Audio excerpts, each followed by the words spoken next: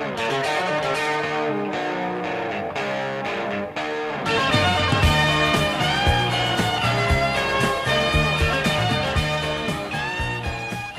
I wanted to make a video today about my human-powered generator that I made, and I just made it out of a bunch of spare parts I had laying around. Granted, some items I had bought in the past, but it's really pretty simple. If I can make one, anyone can make one. It was a pretty fun project. Just took me a few days off and on working on it to get it completed. But anyway, pretty fun, pretty entertaining. You can use it to power your TV while you're watching it. Just, some little novelty uses. It doubles as an exercise bike because the alternator puts some load on the bicycle. So it's like riding a normal bicycle. So anyway, just we'll go through a quick overview of kind of the construction, how it's set up, and then we'll give it a little test run. So looking at the construction here, it's really pretty simple. I just used a indoor bicycle trainer that's adjustable, and I got that off eBay a few years ago for about 30 bucks. That's pretty simple. I just used a hole saw and measured the legs of the trainer out and drilled a few holes, and then laid some old shelving over it to make a platform. And this is just my old 74 F100's alternator. And so really, I just went and got some brackets from Lowe's and then this little turnbuckle. And I had to buy this belt from O'Reilly's. They have belts by size.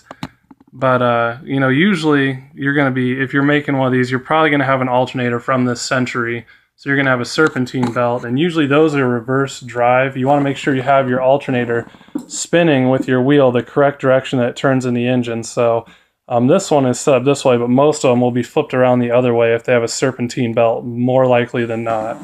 So that's something to note. But this, I've seen a lot of them before, and this turnbuckle design is really nice because I can run a bicycle with a 20-inch rim. This is a 26-inch rim on it right now, up to a 29-inch rim.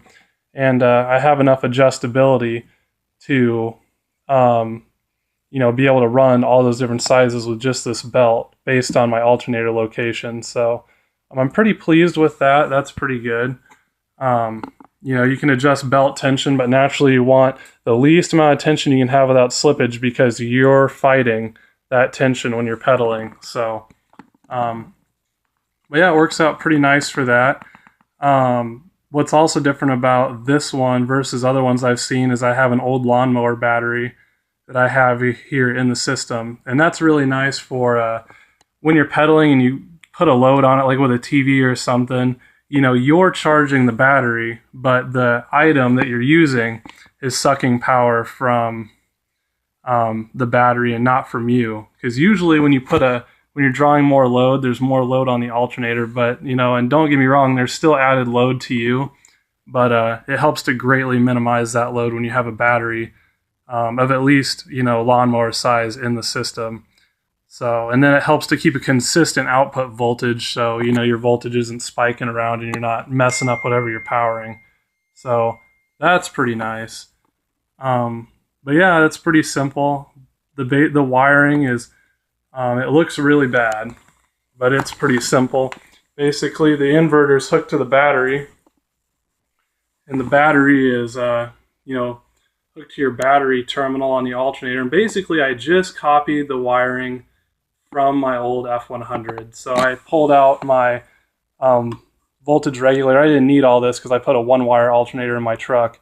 But so I have my external voltage regulator, and I just copied the color, the wires that ran from my alternator to my voltage regulator, and located those the same. And everything you see here that's black is a ground wire. I hooked everything in the system together. I grounded it all together so that it would have the best ground it could possibly have, and that's shown to work pretty good.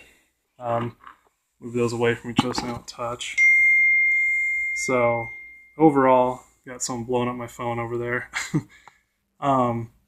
Overall, the system was pretty simple to put together, and if you have any wiring questions about what alternator you might plan to use, just shoot me a message of what it came out of, and I can the modern alternators are pretty simple. I can direct you along with that. But, you know, kind of the functionality of how this actually works. So alternators are kind of interesting. They're not like a generator. They take power to make power. That seems kind of silly, but, you know, without having power to apply to, it's just a bunch of coiled wires spinning around each other, essentially. So it's not really doing anything, but once the system, there's power sent to it and it's magnetized, then it can make power. That's what's nice about having a battery in the system. If you didn't have this, you'd have to have a 12-volt battery pack anyway. So, you know, that's why we have this in the system anyhow.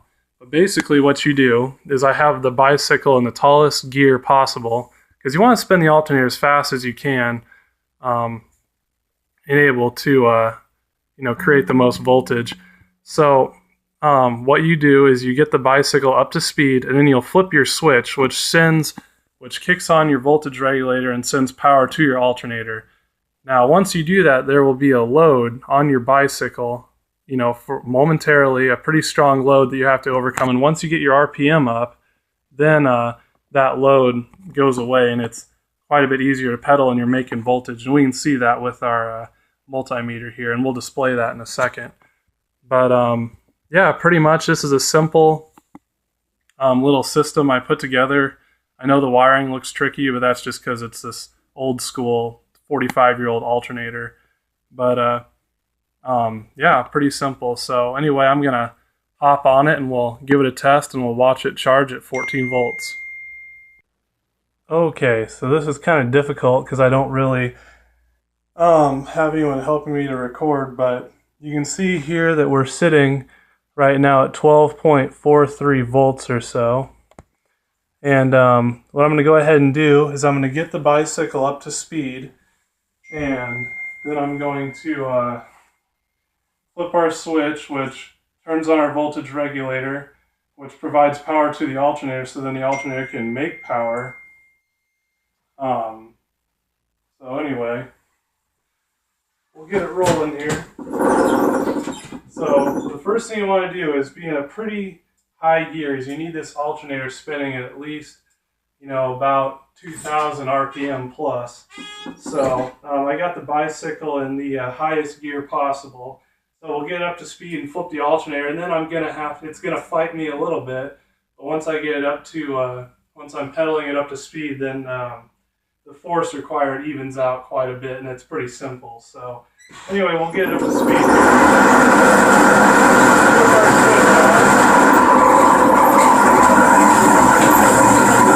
Now we're making 14 volts, and it's pretty easy to tell. We're charging our batteries, and we're supplying good power for whatever it is we want to power.